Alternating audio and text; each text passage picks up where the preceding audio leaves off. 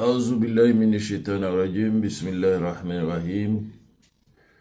Chers internautes, bonjour, bonsoir. En cette fin d'année grégorienne 2025 et début d'année 2026, le Centre islamologique africain caribéen de recherche et de la pensée musulmane et sciences politiques Bocaille vous propose pour clôturer cette année grégorienne une intervention sur le thème indiqué « Faillite aventuriste des États-Unis d'Afrique, des alliances de division africaine ». C'est un thème qui m'est inspiré puisque nous allons rappeler que le projet d'unité africaine, c'est un projet important qui s'inscrit dans des résistances honorables et résistances historiques aux premières invasions de la lusocratie, de la francocratie, de l'hispanocratie et de l'anglocratie impérialiste et coloniale. Et nous avons eu effectivement des repères dans l'histoire, les luttes menées parmi les Africains du Nord, des Africains de l'Ouest, des Africains du Sud, qu'ils soient des populations animistes et musulmanes, qui ont cherché dès le départ dans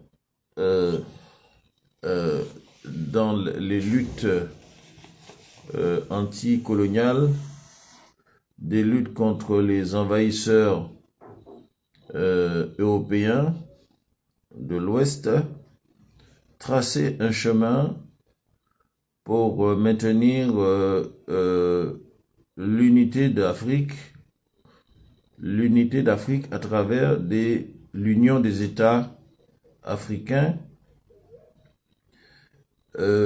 Et cela, nous devons le faire remarquer, insister sur cela. C'était des luttes qui ont commencé avec l'Amir Abdelkader en Afrique du Nord, auxquelles ont participé toutes les populations arabo-berbères et autres.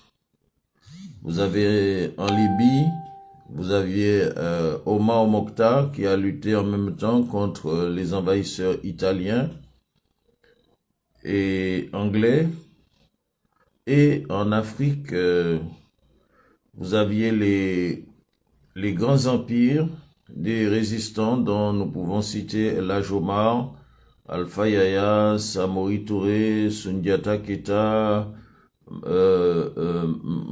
Mansa Moussa, Mohamed Lamine.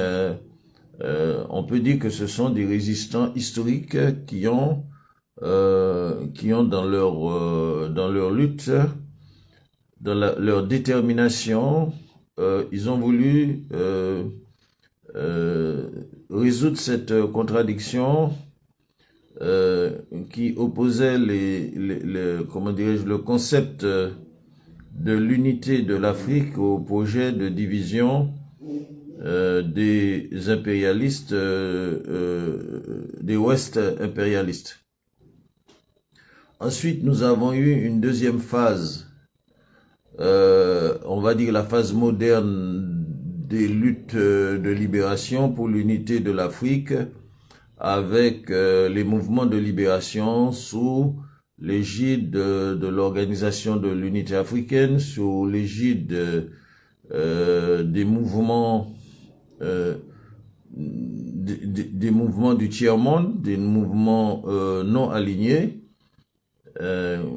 qui, on peut dire, qui ont marqué aussi une époque où les Africains revendiquaient la décolonisation, ils luttaient, ils combattaient les armes à la main pour la décolonisation. Donc le fait de combattre les armes à la main en Afrique n'est pas une nouveauté, ça s'inscrit dans l'histoire, puisque les Africains ont combattu les armes à la main depuis l'Algérie de l'Amir Abdelkader, la Libye, l'Afrique de l'Ouest, l'Afrique de l'Est, l'Afrique du Sud, et même dans ces luttes, il y avait ces luttes qui étaient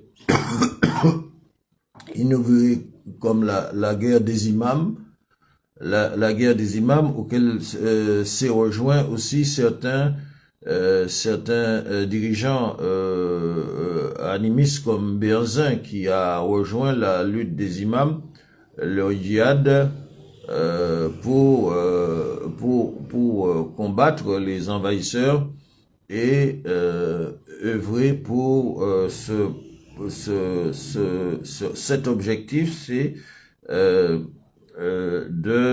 d'unir l'Afrique à travers des États.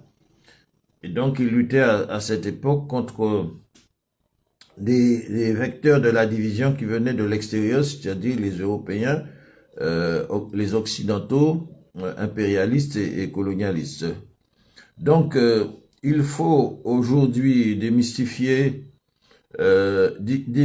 l'hypocrisie, on va dire, des aventuristes africains contemporains qui, à travers leur manquement, ont provoqué et sont en train de provoquer la faillite aventuriste du projet des États-Unis d'Afrique qui avait été embrassé par le colonel Gaddafi, bien que nous avons beaucoup à redire sur le colonel Gaddafi qui a été assassiné, mais il n'en demeure pas moins que le colonel Gaddafi a tenté plusieurs expériences d'unité de l'Afrique, raison pour laquelle on va dire qu'il a été aussi assassiné,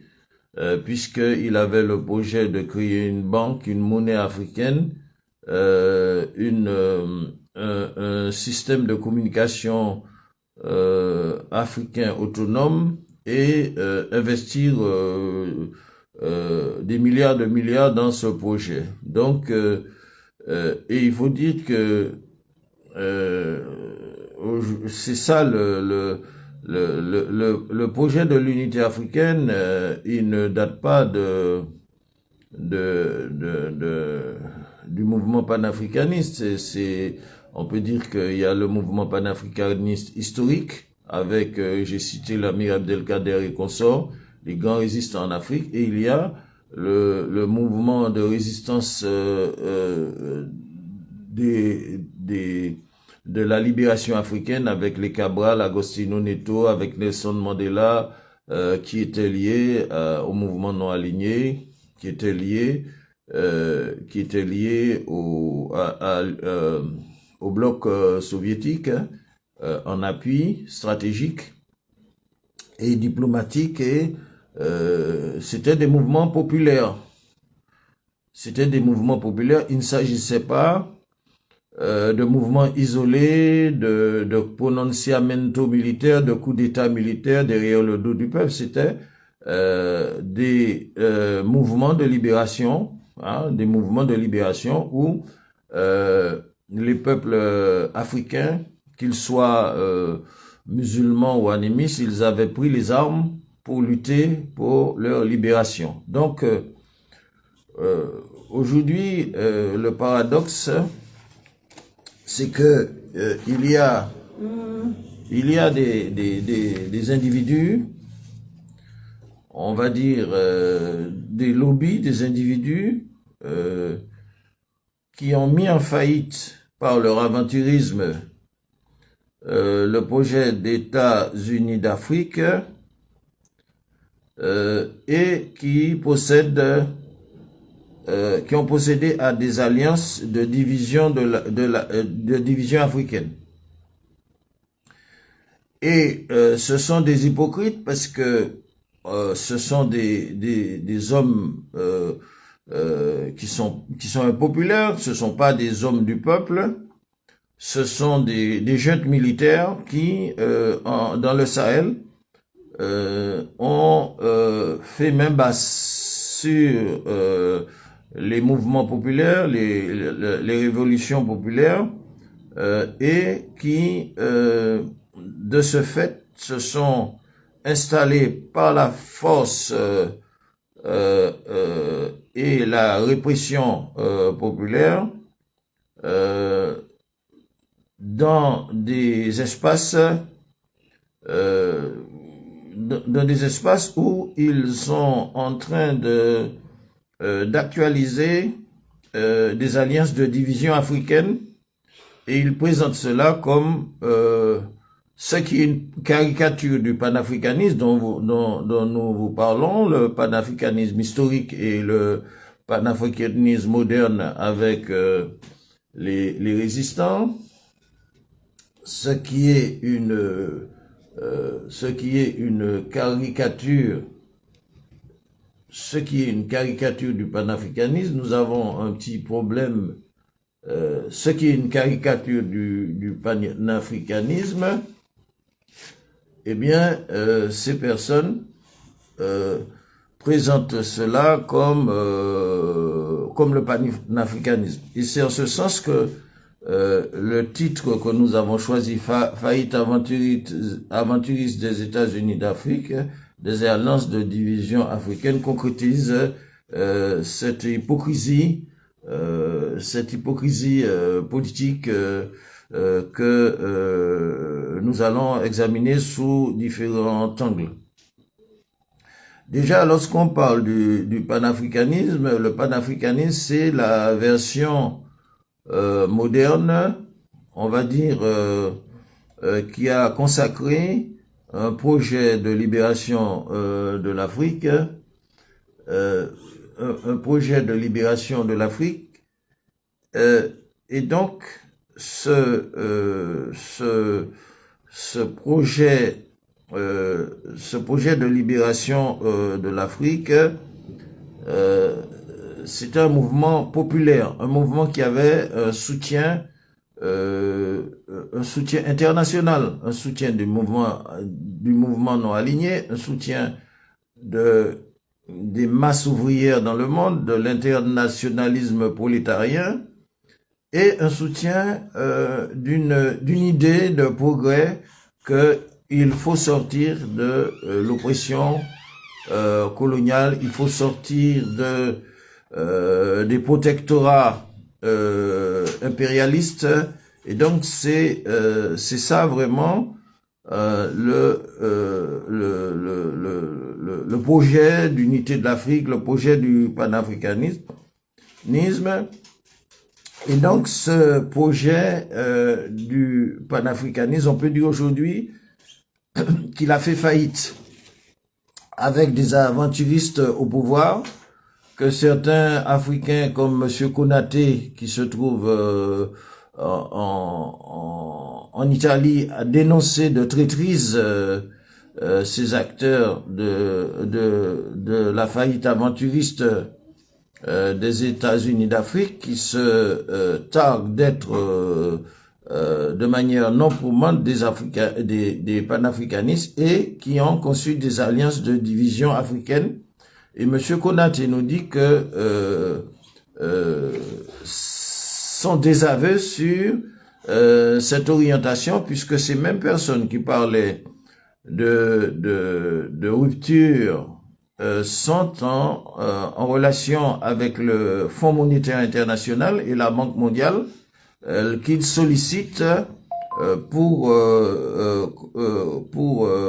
endommager l'Afrique par des prêts usuraires qui, en quelque sorte, qui fait que l'Afrique est toujours l'éternelle victime des intérêts de la dette. Donc, Monsieur Konaté, qui est un Africain, je ne sais pas de quelle origine, s'il est de l'Afrique de l'Ouest, mais qui souvent il interpelle comme traître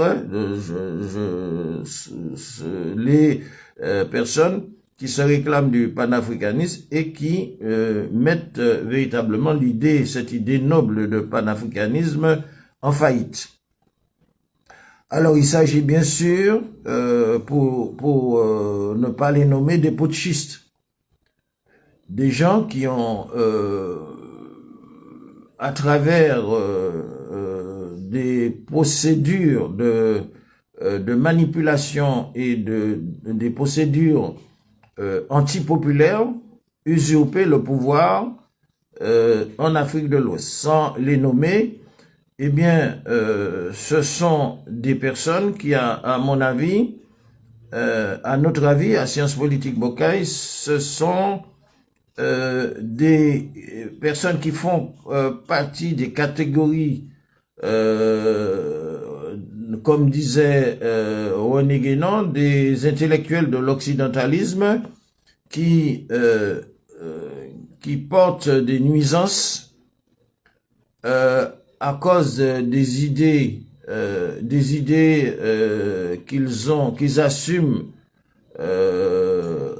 par rapport aux idéologies, aux systèmes occidentaux qui vont porter des nuisances dans les pays orientaux ou en Afrique. Donc c'est le cas.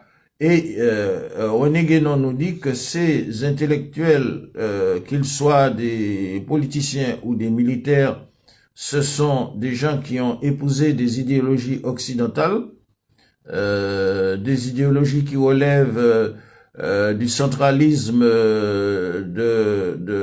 du jacobinisme de Jean-Jacques Rousseau de 1789, du centralisme démocratique et qui sont en fait des castes. Pour le cas de l'Afrique de l'Ouest, nous avons des castes mandingues.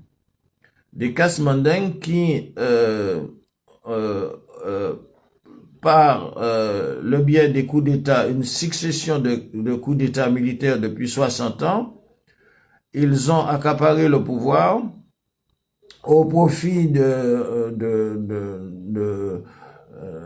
fondements tribalistes, racistes, racialistes et qui ont créé des troubles. Auquel cas, vous avez en Afrique de l'Ouest les peuples qui se sont insurgés comme les Peuls, les Touaregs,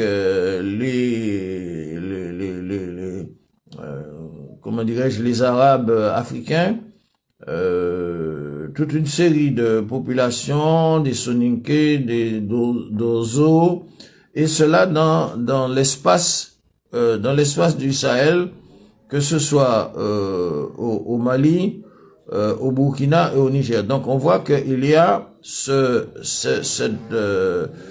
contre-panafricanisme, on va dire, cette contre-révolution panafricaniste qui n'est plus populaire, qui n'est plus soutenue par, comment dirais-je, les peuples des non-alignés, le mouvement des non-alignés, mais qui n'est plus soutenu par le mouvement prolétarien, mais ce sont des mouvements qui se sont mis à dos dans ces pays, comme on peut parler au Mali, au Burkina, qui se sont mis à dos les ouvriers, qui se sont mis à dos une grande majorité de la population et qui ont utilisé la justice, qui ont utilisé la terreur, qui ont utilisé les intimidations, qui ont utilisé les arrestations, qui ont utilisé les génocides et les assassinats pour justement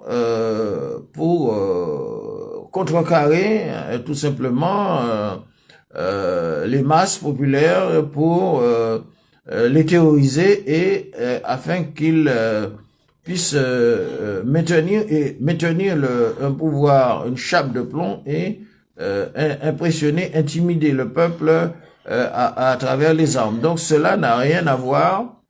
Cela n'a rien à voir avec le panafricanisme quand on voit les luttes qu'ont menées les Érythréens, les luttes qu'ont menées le mouvement du PIGC, c'était des mouvements populaires, des mouvements armés populaires dans les maquis, en Angola, en Guinée-Bissau, au Mozambique, qui étaient soutenus par des masses populaires, et c'était des mouvements, on va dire, des mouvements de masse, des mouvements populaires, des guérillas de masse, comme nous avons vu avec l'UPC au Cameroun et tout ça. Donc c'était, à l'instar de ce que nous avons défini comme panafricanisme moderne, c'était l'émanation d'une volonté populaire de lutter, de combattre les armes à la main contre l'oppression. Aujourd'hui, en ce qui concerne la réalité que nous décrivons en Afrique de l'Ouest, bien, il s'agit de pouvoirs autoritaires qui sont en contradiction avec le mouvement de libération panafricaniste, qu'on peut définir ces mouvements comme des mouvements de l'afrocratie. Donc, nous insistons sur l'afrocratie parce que ce sont des mouvements militaristes, ce sont des mouvements autoritaires, ce sont des mouvements qui orchestrent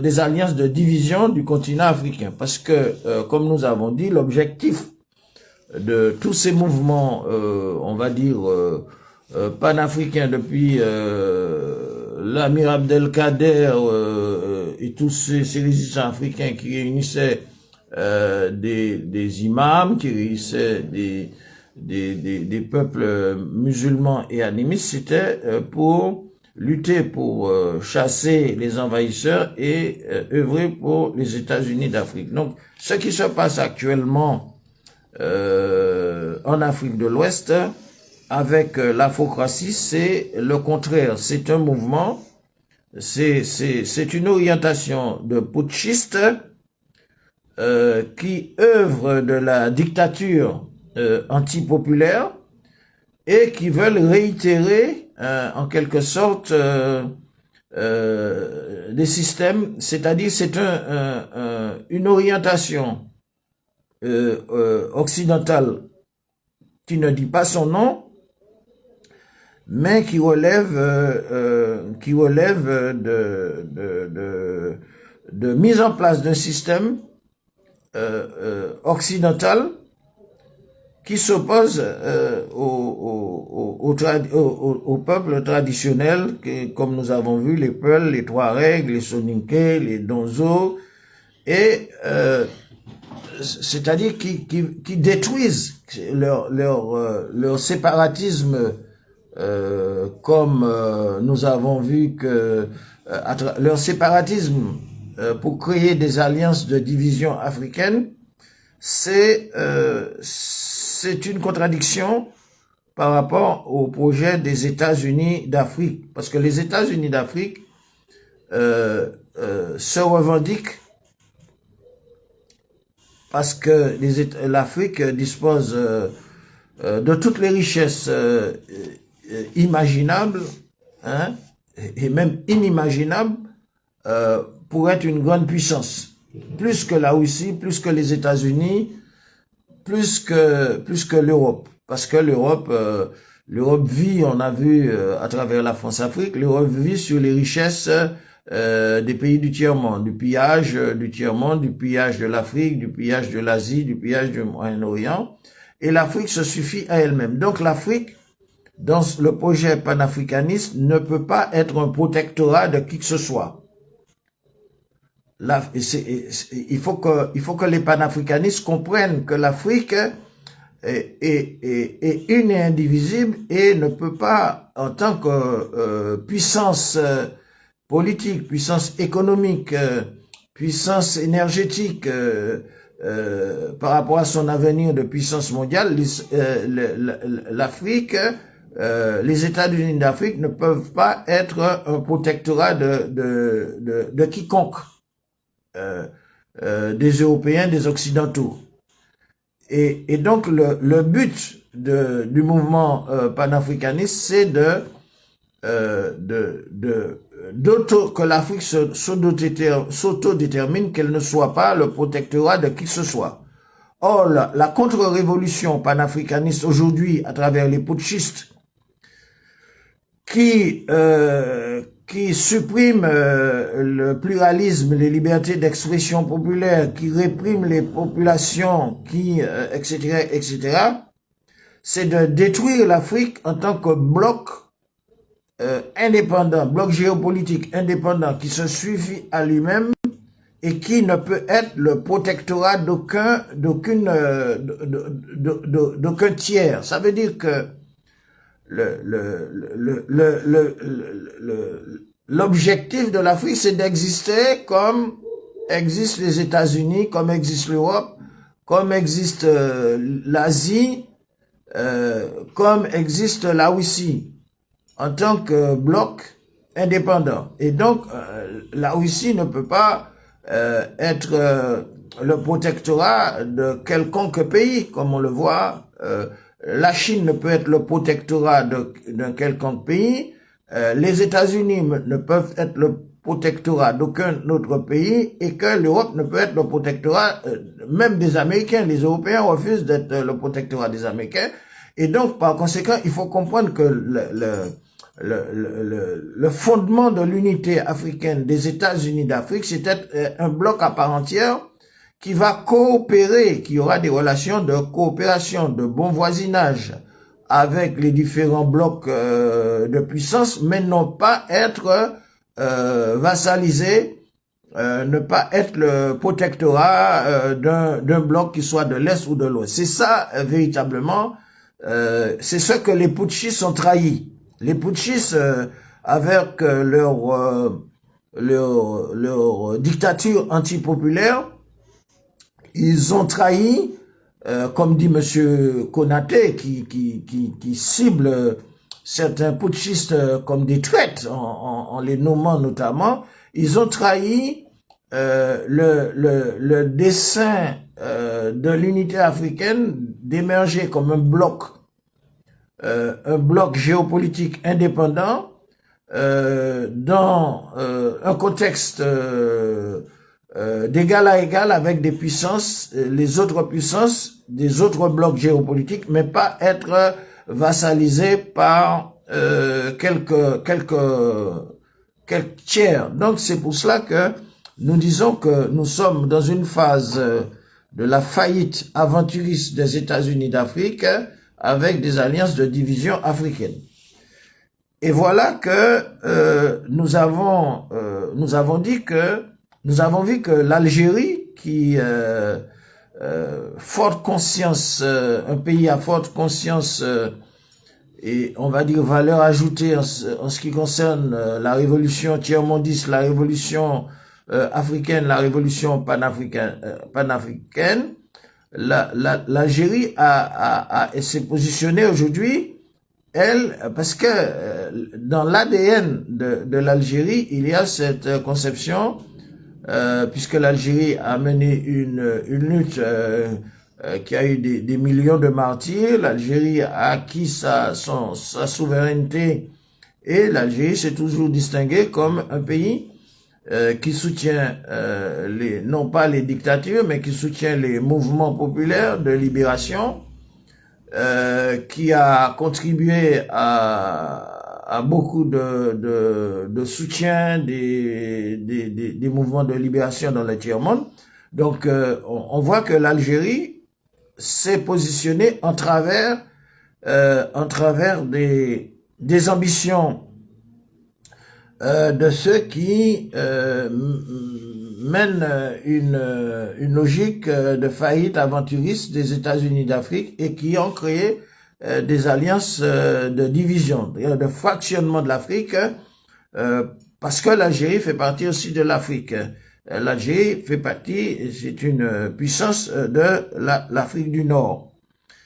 Et donc, nous voyons bien que ce problème que nous soulevons au niveau de Sciences politiques du Bocaï, pôle Afro-Eurasie de la pensée caribéenne et centre islamologique africain caribéen, c'est pas un problème que nous avons sorti comme ça de nos tiroirs. C'est un problème qu'on partage aussi des pays qui ne soutiennent pas des pays qui font partie de la lutte sud-nord comme l'Algérie et qui ne soutiennent pas les dérives qui veulent faire de l'Afrique, qui doit être une puissance mondiale réunissant toutes ses potentialités, tous ses États, une puissance mondiale indépendante, souveraine et qui doit émerger comme les États-Unis d'Afrique à l'égal des États-Unis, de l'Europe, de la Chine, de l'Asie. Donc nous avons vu que en rapport avec sa tradition d'autodétermination, l'Algérie s'est positionnée contre les ambitions d'alliance de division des juntes de division africaine des juntes de l'Afrique de l'Ouest. Et nous la voyons très très bien, puisque comment dirais-je, il n'est pas de rappeler les positions prises par l'Algérie concernant les dérives, les dérives, et d'ailleurs l'hypocrisie aussi, parce que l'Algérie a mené une lutte armée. C'est par la lutte armée que les Algériens se sont libérés, comme les Angolais, les gens de Guinée-Bissau, les gens de l'Érythrée, les gens du Tchad, partout. C'est donc l'hypocrisie, par exemple, concernant la stigmatisation, la diabolisation des insurgés, ça ne prend pas en Algérie, puisque effectivement les Algériens, lorsqu'ils menaient leur lutte contre le colonialisme portugais, ils étaient taxés de félagas, de terroristes. Et donc la terminologie aujourd'hui qu'emploient les personnes en Afrique de l'Ouest qui ont mis en faillite le panafricanisme en prostituant les desseins de l'unité africaine, ils ont des adversaires et leurs adversaires sont nombreux. Parmi ces adversaires, nous allons citer l'Algérie, il faut le dire, l'Algérie est contre la dictature des colonels, des capitaines, et ces dictatures militaires.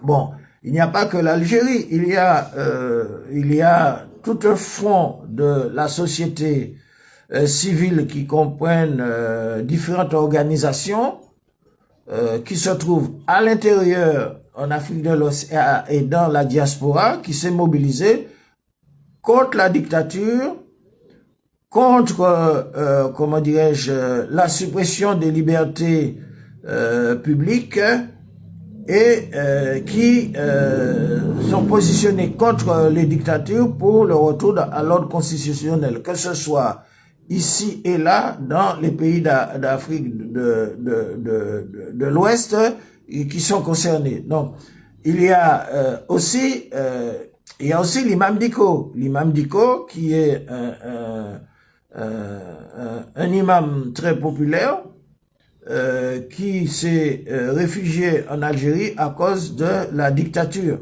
et qui participe à une grande confédération d'alliances, d'organisations contre la junte militaire. Et en plus de ces oppositions de la diaspora, de l'intérieur, qu'il s'agisse au Mali, au Burkina, au Niger, il y a la diaspora et il y a aussi les insurgés en armes. Hein? Donc nous avons vu que c'est pas nouveau. Nous avons vu que en Afghanistan, par exemple, les communistes soviétiques, ils ont soutenu, par exemple, quand on se rappelle du cas de l'Afghanistan, les communistes de l'Union soviétique sont intervenus pour soutenir une dictature communiste. Et face à cette dictature communiste, il y avait ce qu'on appelle des comment dire, des moujahidines. Donc les moujahidines d'hier en Afghanistan qui ont combattu les soviétiques sont les moujahidines d'aujourd'hui au Mali, au Burkina, au Niger, qui combattent les déviationnistes des juntes autoritaires et dictatoriales. C'est du pareil au même. Donc la seule chose, c'est que bon, en Afghanistan, les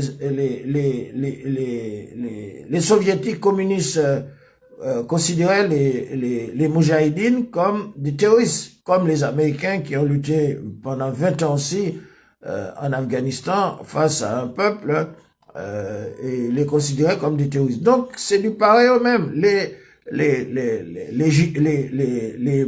moujahidines, on va dire, les moujahidines du Mali, il faut le dire, il faut être clair, il faut pas rentrer, et c'est pour ça que nous disons aux politiciens maliens qui sont autour de l'imam Dicko, il faut faire table rase maintenant des ambiguïtés, parce que il faut savoir nommer les choses par leur nom. Et donc, nous avons des personnes qui sont bien informées, des journalistes qui se prononcent, qui sont d'origine touareg, qui alertent aussi concernant cette opposition. Il ne faut pas que vous retombiez dans les mêmes travers que les mandingues, les castes racialistes mandingues qui ont pris le pouvoir et qui veulent dominer tout le Mali au profit d'une caste mandingue et qui oppriment les Peuls, qui oppriment les Touaregs, qui oppriment les Soninké, qui oppriment les Donzo, qui oppriment les Sarakoulés, etc., etc. Donc, il faut dire clairement que il y a une opposition de moujahidines, parce que vous ne pouvez pas faire tomber une oppression militaire par, comme disait Malcolm X, l'oppression militariste en Afrique de l'Ouest ne va pas démissionner son combat. Bien sûr, les rassemblements que font les partis pour établir le pluralisme, la démocratie, les droits constitutionnels, ça s'ajoute, c'est une plus-value par rapport à l'opposition l'opposition qui lutte contre cette faillite aventuriste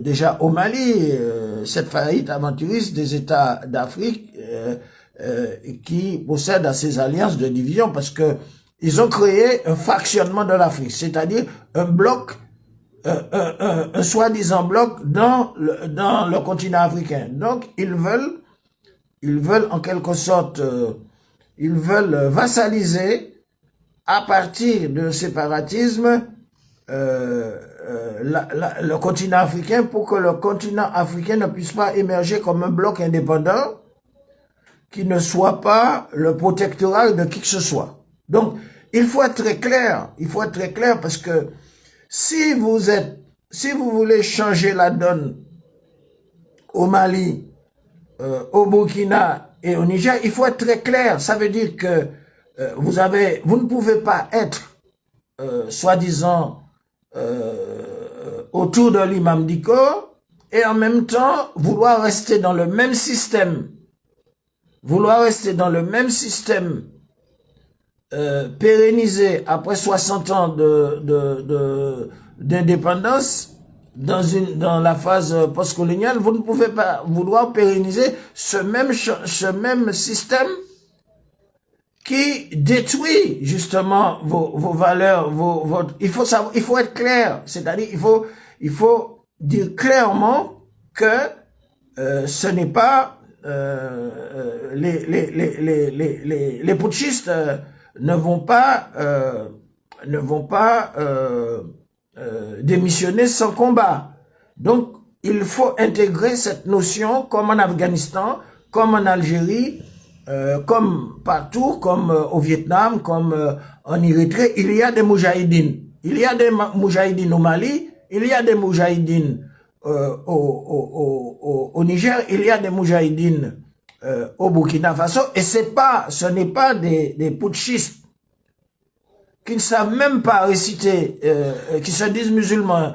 Et je veux parler d'une énergumène comme Choguel Maïga. Nous avons vu qu'au début, sur la place de l'indépendance, Choguel Maïga ne savait même pas réciter Al-Fatiha. Il s'est trompé dans Al-Fatiha, et Choguel Maïga, il faut faire attention à cette personne-là, parce que c'est quelqu'un qui a épousé les contours du système occidental, et c'est lui qui a orienté cette dérive de la faillite aventuriste des États-Unis d'Afrique en créant un séparatisme des alliances de division. Donc il faut se méfier de ce monsieur Choguel Maïga.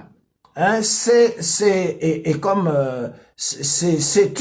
quelqu'un d'ambigu. Donc par conséquent, il faut que vous soyez très clair. Il y a des moujahidines. Il y a des moujahidines, comme en Afghanistan, qui font partie de la force de frappe militaire face à l'oppression militaire au Mali, au Burkina et au Niger. Il faut avaliser ça. Il faut pas, oui, vous êtes des gentils, soi-disant, etc., etc., et que vous allez mettre en difficulté l'imam Dicko par rapport au projet de société. Il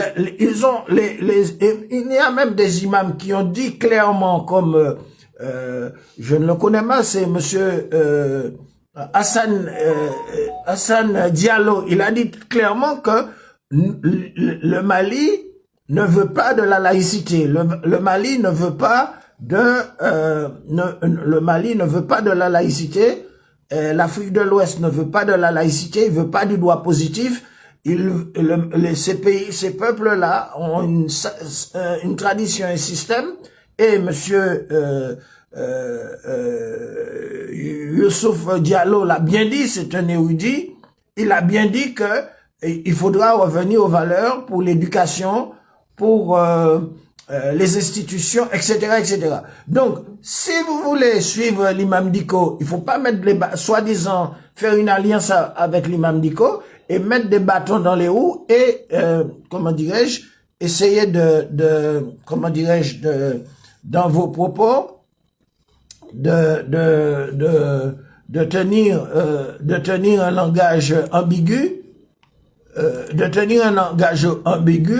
pour essayer de discréditer les moujahidines. Il faut admettre, il y a des moujahidines afghans, il y a eu des moujahidines algériens dans la guerre d'Algérie, et il y a des moujahidines maliens, il y a des moujahidines maliens comme les moujahidines qui ont, en Afghanistan, qui ont combattu les communistes soviétiques, comme les moujahidines afghans qui ont combattu les envahisseurs impérialistes américains. Il faut en finir avec, comment dirais-je, cette ambiguïté. Parce que cette ambiguïté vous place dans une situation équivoque. Et il y a une journaliste d'origine touareg qui a mis en garde ces personnes qui font alliance avec l'imam Dicko ou qui emmènent l'imam Dicko à faire une alliance et qui demain vont dire que l'imam Dicko veut une république islamique. Oui, mais les Maliens, ils sont pas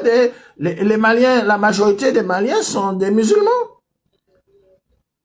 Ils ont droit à une société qui corresponde à leur éthique. Ils n'ont pas à imiter sous la pression des armes les Européens de l'Est ou de l'Ouest pour mettre dans un pays à 99% musulman une dictature qui veut remettre le système soviétique, socialiste soviétique, sous couvert du kémitisme au Mali, au Burkina, et qui viennent parler que oui, que l'islam, oui, dans l'islam il n'y a pas la guerre, mais c'est pas un hypocrite comme Ibrahim Traoré qui opprime son peuple.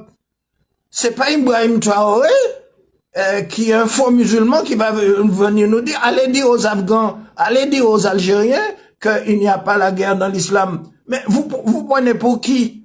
Donc c'est pour ça qu'il faut faire très attention à les désinformations. Oui, nous sommes dans une phase de guerre imposée aux populations musulmanes, du Mali, du Burkina et aux autres populations en général, parce que dès lors qu'ils veulent se séparer des blocs de l'Est ou de l'Ouest, eh bien on leur impose une guerre. Et donc par conséquent, s'il n'y avait pas des moudjahidines au Mali, au Burkina, au Niger, quelle en serait la situation? Vous croyez que ce sont des démocrates ou des journalistes qui sont assis à Bamako ou à Ouagadougou comme Ibrahim Traoré et assis là-bas, il va pas au front, il envoie les VDP, il envoie des gens et qui il se meut dans une propagande qui est comment dirais-je, relayée par la désinformation de l'intelligence artificielle qui va venir nous dire que dans l'islam, il y a eu, regardez en Syrie, il n'y a pas eu une guerre.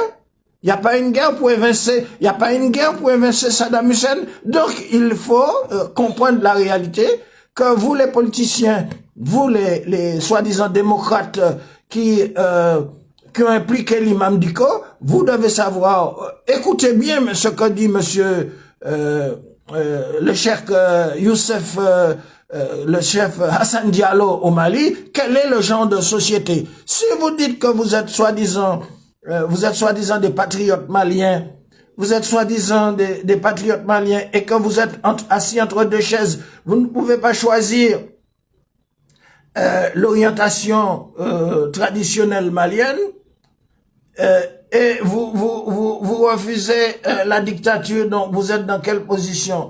C'est pour ça que il faut clarifier les choses, que les moudjahidines du Mali, du Burkina Faso qui sont diabolisés, ils sont bien légitimes.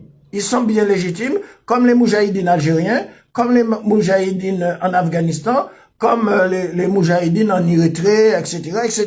Donc, par conséquent, soit vous acceptez l'ambiguïté de l'arabocratie et que cette ambiguïté, nous savons que en fait c'est kiff-kiff avec l'eurocratie de personnes qui se disent soi-disant panafricains et comme dénonce monsieur Koné en Italie, hein, monsieur Koné qui dit que ils vont frapper à la porte du FMI, la Banque mondiale, ils sont toujours dans le CFA, ils font non, il faut être très clair, et donc il faut être très clair, et d'ailleurs nous avons vu que là où le faux panafricanisme dans ses variantes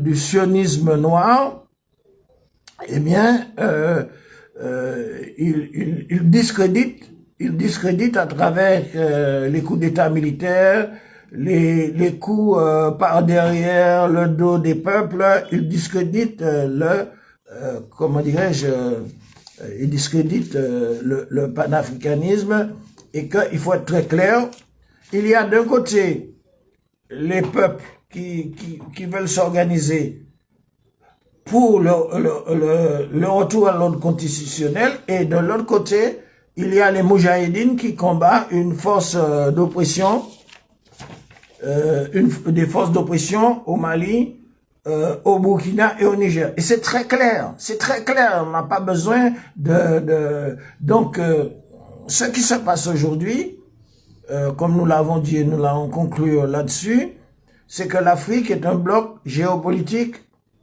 qui a comme dessein d'être des États-Unis d'Afrique. Il ne peut pas être le protectorat ni des États-Unis, ni de l'Europe, ni de quiconque. Parce que les États-Unis d'Afrique, selon le panafricanisme, doivent coopérer avec les autres blocs en tant que bloc à part entière. Parce que c'est lui le continent africain qui nourrit l'Amérique, qui nourrit l'Europe, qui nourrit aussi la Russie, qui nourrit, comment dirais-je, les États-Unis. Donc, ils peuvent pas être vassalisés ou être sous le protectorat, Parce que l'Amérique n'est pas sous le protectorat de quelqu'un, la Russie n'est pas sous le protectorat de quelqu'un, donc l'Afrique ne peut pas être le protectorat de tiers. Il faut que nous soyons bien d'accord sur cela, pour savoir qui nous aide, qui nous aime et qui sont contre nous. Et donc, ce n'est pas l'argument confessionnel ou l'argument religieux. Eh bien, il prend pas parce que le Mali, le Burkina, ce sont des pays à majorité musulmane. C'est pas les États-Unis ou c'est pas la France, c'est pas la Russie. L'Afrique, le Sahel, c'est une région qui a le droit de se déterminer en fonction de ses valeurs. Donc, on n'a pas à vouloir imposer ni le socialisme déguisé, ni quelconque système que le peuple, parce que les élites l'ont bien dit, et que l'imam dit qu'on doit le comprendre. Le refus de la laïcité, c'est une autre orientation, c'est pas la même orientation.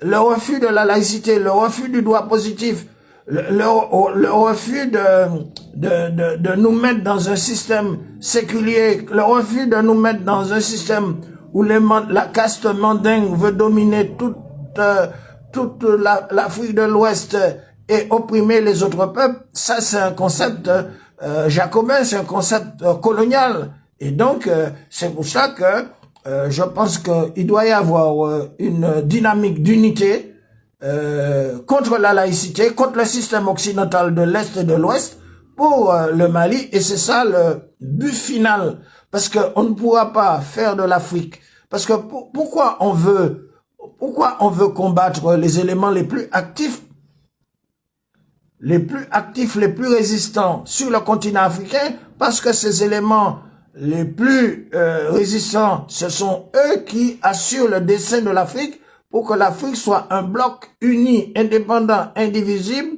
qui ne soit le protectorat de personne. Et justement, on a choisi cette déviation du sionisme noir qui est en train d'échouer, avec les kémites, les putschistes, parce que ce sont des éléments qui sont faibles. Et parce qu'ils sont faibles, ils ont besoin de faire appel à un protectorat étranger pour vassaliser le dessein de l'Afrique. Ils ont fait appel à la MINUSMA, ils ont fait appel à Barkhane, maintenant ils font appel au FMI, à la Banque mondiale, ils font appel aux États-Unis, ils font appel, parce qu'ils ne sont pas capables. Parce que le Mali est en faillite, le Burkina est en faillite, le Niger est en faillite politique, en faillite du point de vue pluraliste. Il n'y a pas de liberté. Donc, on va pas construire le panafricanisme avec un goulag satanique, kémite. On va pas. Et d'ailleurs, Poutine l'a bien dit, Poutine a dit qu'il lutte contre le satanisme, contre la sorcellerie et des forces des ténèbres. Donc, qu'est-ce que ces gens-là,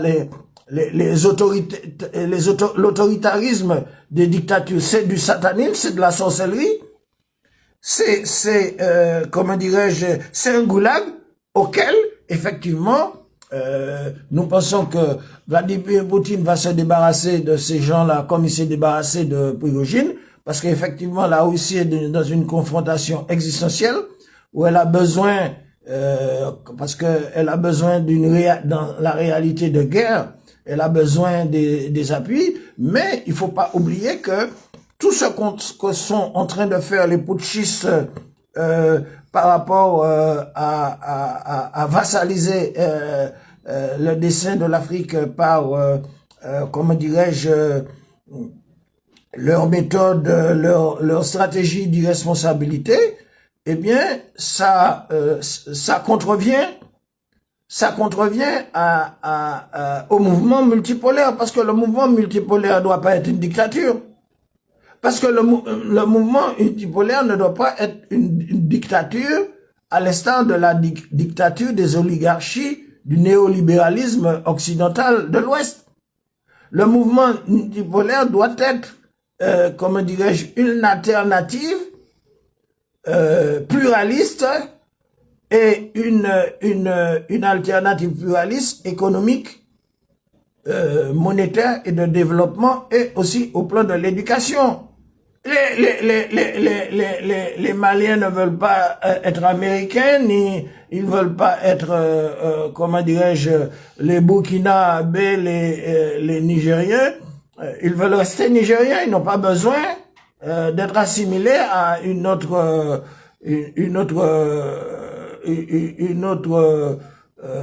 civilisation qui n'est pas la leur. Ils veulent coopérer avec toutes les civilisations. Donc il faut être très clair. Et donc cette ambiguïté-là, il faut qu'elle soit levée parce qu'elle a mauvaise presse.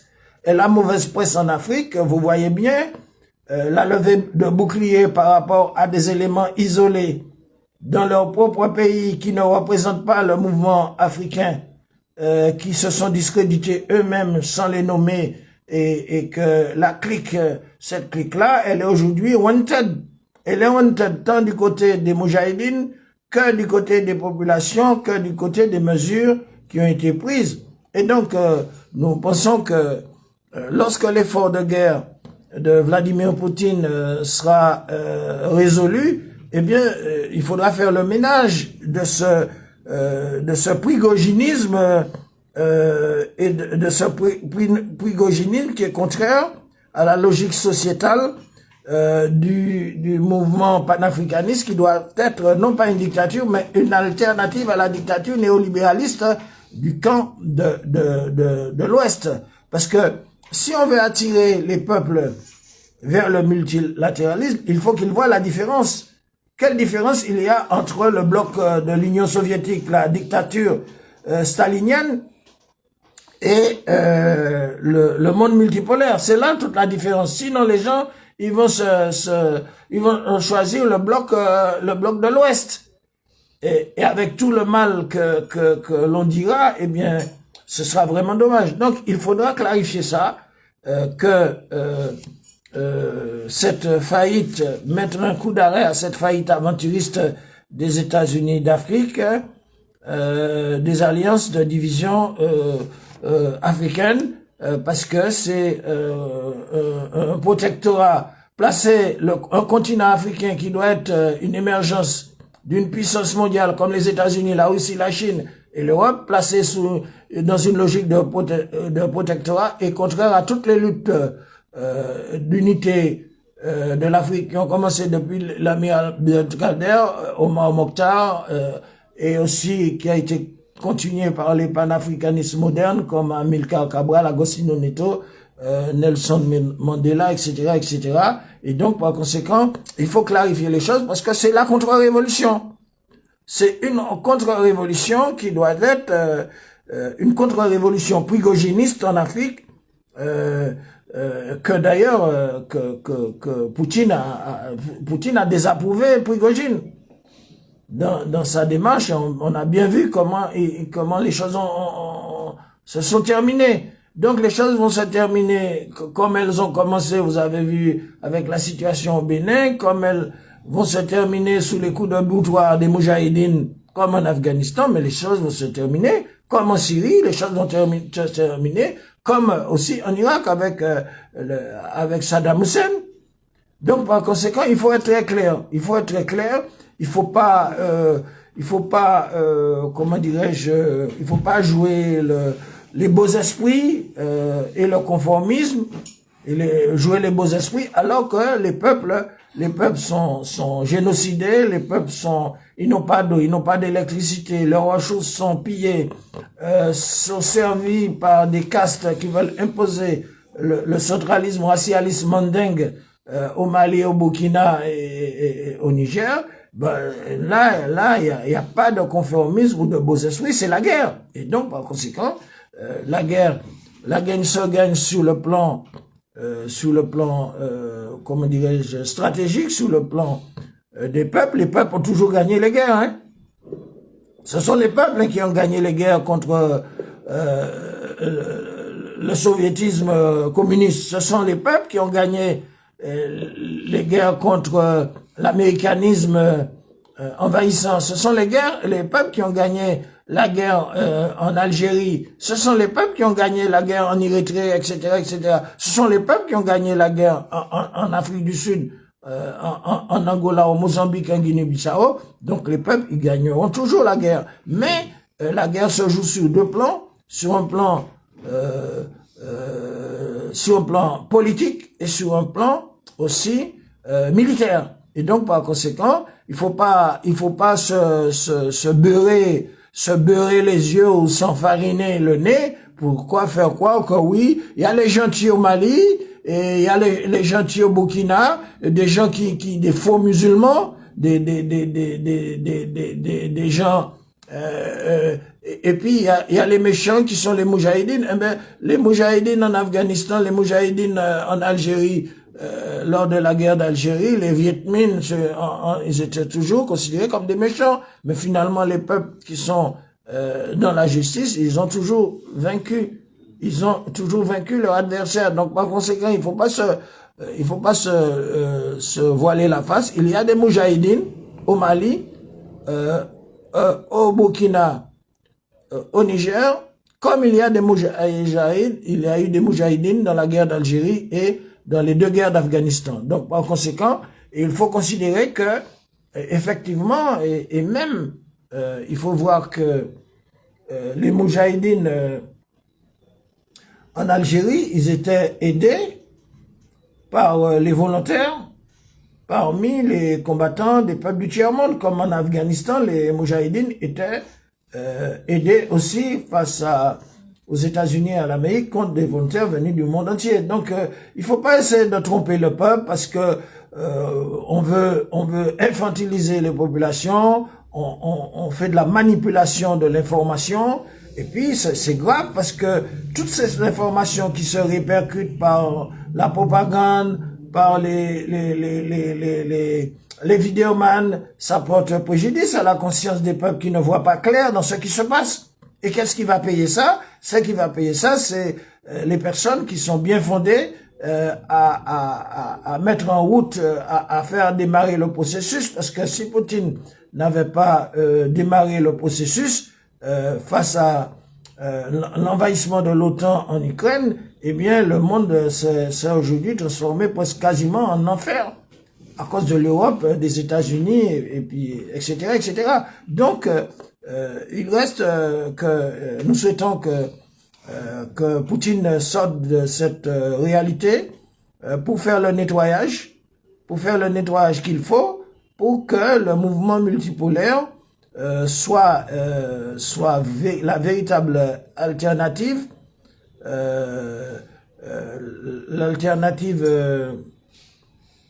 de l'ordre constitutionnel, de l'ordre pluraliste, auquel aspirent tous les peuples qui cherchent à se libérer, à s'autodéterminer et avoir un pouvoir qui n'est pas le pouvoir dictatorial, justement, que Poutine a dénoncé concernant les erreurs, les fautes, on va dire, de Staline, de Lénine, de Trotsky, qui lui ont coûté la division de la Russie et puis cette guerre que la Russie a actuellement affrontée avec l'Ukraine. Ce sont les erreurs de Staline et de Lénine qui ont créé ce fractionnement. Et donc, par conséquent, nous pensons qu'effectivement, il faut être très clair. Il faut pas accuser la Russie parce que la Russie, c'est un pays, un continent-État qui n'est le protecteur de quiconque et que nous pensons que aujourd'hui la Russie qui a des potentialités, de la Russie de Poutine, on ne parle pas de la Russie communiste, elle met ces potentialités au service de la réforme et du changement de la société, mais qui ne tolère pas des hypocrites comme les Prigogine et tout ça qui ont disparu. Donc ces Prigogine africains doivent disparaître d'une manière ou d'une autre pour que le mouvement multipolaire retrouve toute sa crédibilité, toute sa force au niveau du continent africain pour créer les États-Unis d'Afrique et au niveau du tiers-monde au niveau des peuples de la lutte sud-nord qui seront encouragés pour se bousculer aux portes des BRICS. Puisque les BRICS, c'est l'alternative à tout point de vue. Donc, par conséquent, le mauvais exemple malien, burkinabé et tout, ils doivent être renversés, il doit être changé pour clarifier la situation. Parce qu'un mouvement comme le mouvement multipolaire, et que la révolution poutinienne ne peut pas être impopulaire. Ça peut pas être impopulaire, parce que si c'est impopulaire, ça va être plombé comme le stalinisme. Donc voilà ce que nous avions à dire, et que effectivement que cette fin d'année et cette nouvelle année commence avec la victoire des peuples sur les dictatures, la victoire de la vérité sur le mensonge et les manipulations. Eh bien, c'était Sciences Politiques Bocaille, Paul Afro-Eurasie de la pensée caribéenne et Centre islamologique africain-caribéen de recherche et de la pensée musulmane. Merci beaucoup. Et nous terminons sur ce, hein. أعوذ بالله من الشيطان الرجيم بسم الله الرحمن الرحيم ربي اشرح لي صدري ويسر لي أمري واحلل عقدة من لساني يفقهوا قولي سبحان ربك رب العزة عما يصفون والسلام على المرسلين والحمد لله رب العالمين.